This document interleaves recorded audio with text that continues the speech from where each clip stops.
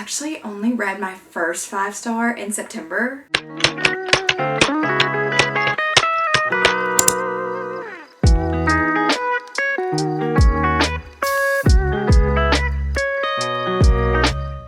Welcome back. Today we're going to be talking about my 5-star reads of 2023. I would say that I'm a pretty harsh rater within the past 2 years. My average rating is like 3.5 and I rarely give out 5 stars. I actually only read my first 5-star in September, which is kind of crazy because that's literally more than half the year went by without me having a 5-star read. So if that says anything about how I rate my 5 stars, take that as you will. So I only had 6 5-star reads in 2023, which I think is one of my lowest years of 5 stars.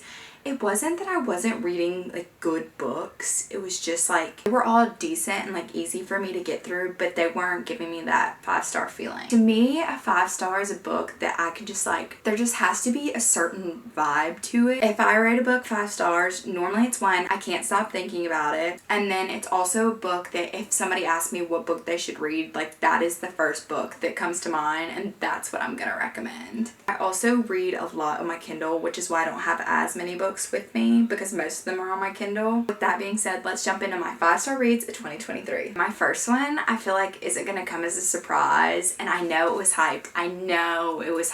We don't have to talk about how hyped it was. I read Fourth Wing actually in September. I kept hearing everyone talk about it and I was I don't want to read it because I don't think it's gonna be as good as it was.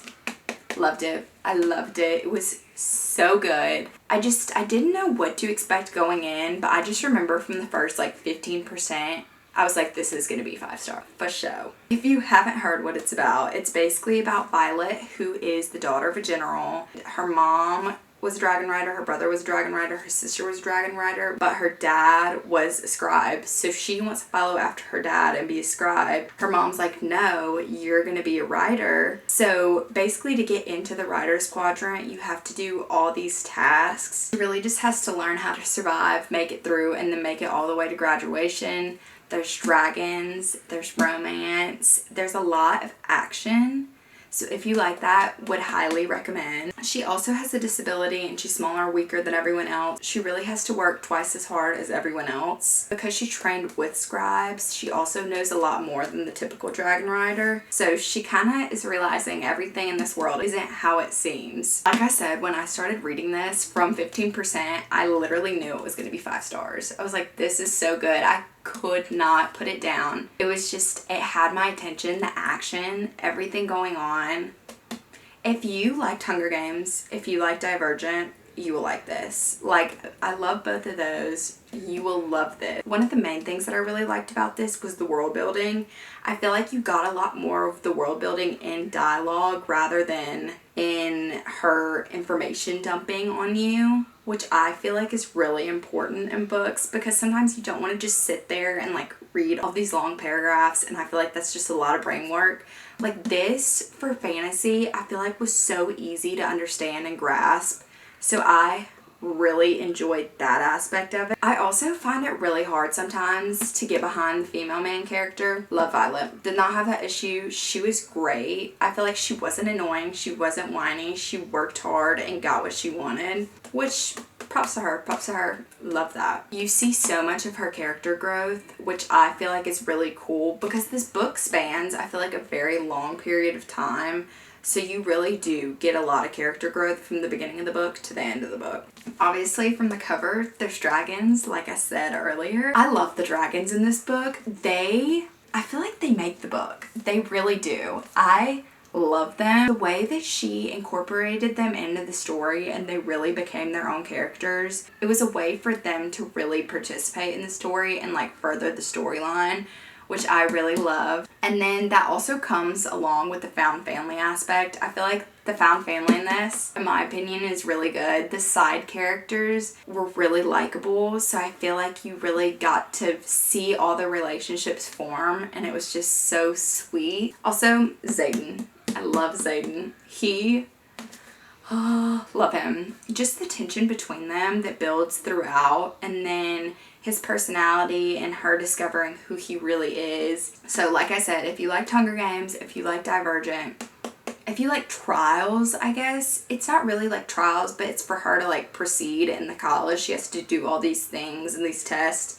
I feel like you would really like this, and this was my first 5-star read of 2023. My next 5-star read was actually very unexpected. It was Carrie Soto's Back by Taylor Jenkins Reid. I was not expecting to like this. I'm gonna be honest. I saw some people talk about it, and I just thought it's about a tennis player. Cool. I like sports. It was definitely more literary fiction than I normally like, which was why it was so surprising to me that it was 5-star. It follows Carrie Soto, who is a tennis player. She is willing to do whatever it takes to be the best. Like, that is her goal. You really see her sacrifices throughout the whole story. You kind of get, the story starts, she's a retired tennis player, and she's watching one of maybe the US Open. She's broken all these records. She's number one, and this girl in the match is about to break her record. So her dad, who is her coach and also a pro tennis player, is like, are you really going to let them beat you? So then from there, you kind of get the journey of how she got to where she was. And then you get that present moment, her being retired, being like, okay, I'm coming back to tennis, and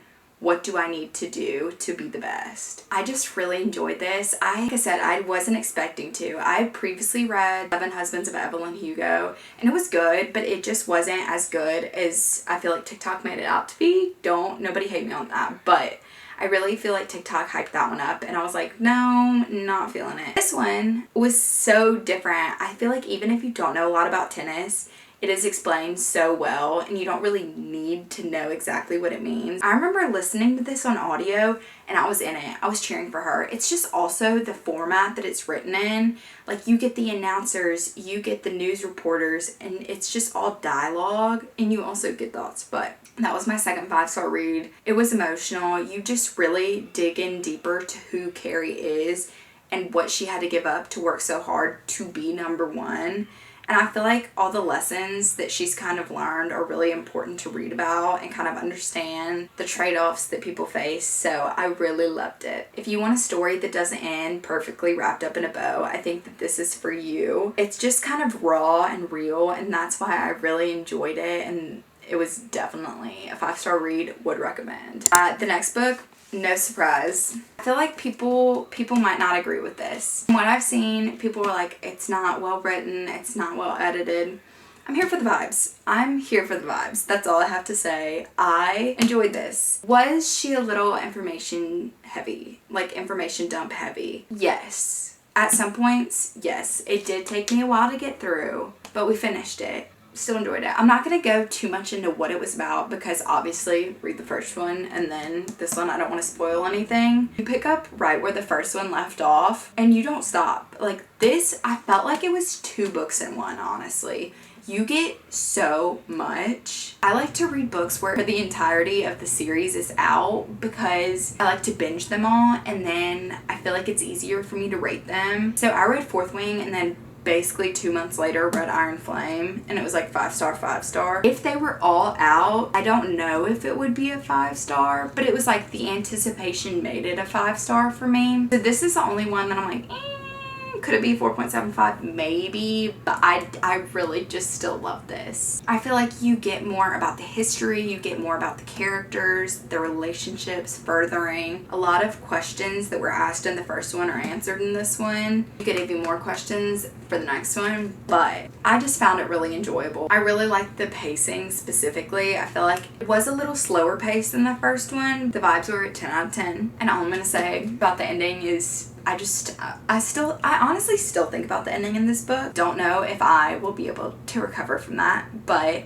it's okay. We're gonna wait for the next one. Okay, my next book is All Roads Lead Here by Mariana Zapata. If you've never read a Mariana Zapata book, she is the queen of slow burn. I've read most of her books, and I think they're all slow burn. This one was just so good. Like, I could not get this book out of my head. I was thinking about it. I wanted to read all of the books that were just like this solely because it's the perfect vibes. So you basically follow Aurora, who just moved to Colorado, where she grew up with her mom. Her mom passed away, but she moves to the town where her mom and her lived when she was younger. She moved to Colorado because she just had a bad breakup with her famous rock star boyfriend, So she just really needs to start over. Her first night in town, she rents this apartment and she gets there and this man comes barreling in and he's like, "What are you doing here?" She was like, "I rented the apartment." He was like, "No, I never rented it to anybody." Come to find out, his son, who I think is like 15, 16, actually rented it to her so he could make money. So you kind of explore her relationship with Rhodes, which is who owns the apartment. And it's like a garage apartment, like right across from their house. So like next door neighbors-ish kind of thing. Rhodes is the definition of if he wanted to, he would. This man would do anything for Aurora. Anything. Like, oh, it's all of the acts of service. This man, it was such a heartwarming book. Even though it was slow burn, you could just like feel the relationship between them grow, and I love that in books. I think it was really well executed. It's definitely Grumpy Sunshine. He's grumpy, she's sunshine. Personally, I really enjoyed Grumpy Sunshine Trip. I don't know about y'all, but like I said, Mariana Zapata writes the best slow burn in my opinion. I've never found somebody who I like actually enjoyed at the end. Hers are so good. So good. The way that they end, just from the beginning to the end, the build up, I feel like there's so much tension and you can just like feel the connection between them. And it's like they become not really enemies, but it's like friends to lovers in a way. And she just executes it every time. Every time it's good. The found family hits. It really hits. Aurora's just looking to start over, and all these connections she builds with everyone in this town are like no other. They're so good. So I would recommend it if you want to get started with Mariana Zapata. This would definitely be one of my most recommended books to read by her. I just really enjoy all of her books, but this one has a special place. Going off of that, because I really loved All Roads Lead Here, I needed something else. I reread The Wall of Winnipeg-a-Me. 5 stars. I love The Wall of Winnipeg-a-Me. I liked it the first time. I liked it the second time. I put it off for a long time. So the first time I read it was because one of my friends was like, "You need to read this. It's so good." So I was like, okay, we'll see. So happy I did. So happy I did. So Vanessa is Aiden's personal assistant. He's like an NFL player, but it's not called the NFL. But basically he's an NFL player and she's his personal assistant. She does everything for this man. She cooks for him. She takes his pictures for social media, like drives his car, whatever. He doesn't tell her good morning. He doesn't tell her thank you or happy birthday or anything. So after 2 years of that, him kind of saying some not so nice things, she quits. She had wanted to quit for a while, but she'd been putting it off. And then she finally quits and he's like, "No, you can't quit. I need you." And then he asks her to do something and then kind of goes from there. I loved Aiden Graves. I loved him. He is just very quiet. He doesn't have a lot of dialogue throughout the book, but actions speak louder than words. All of the things he did for her were so sweet. I feel like she didn't notice them, but it's like as the reader you notice them, and that really stood out to me, and that was a big part of why I love this. Again, like All Roads Lead Here and basically any Mariana Zapata book, slow burn. It was definitely slow burn. You get the beginning and the end. There's a lot of tension in between. She is the queen. She's just so good at it. Reading this it gives me all the feels. Another thing about Mariana Zapata is all of her books are one POV. So you basically just get Vanessa's point of view and you don't get Aiden's.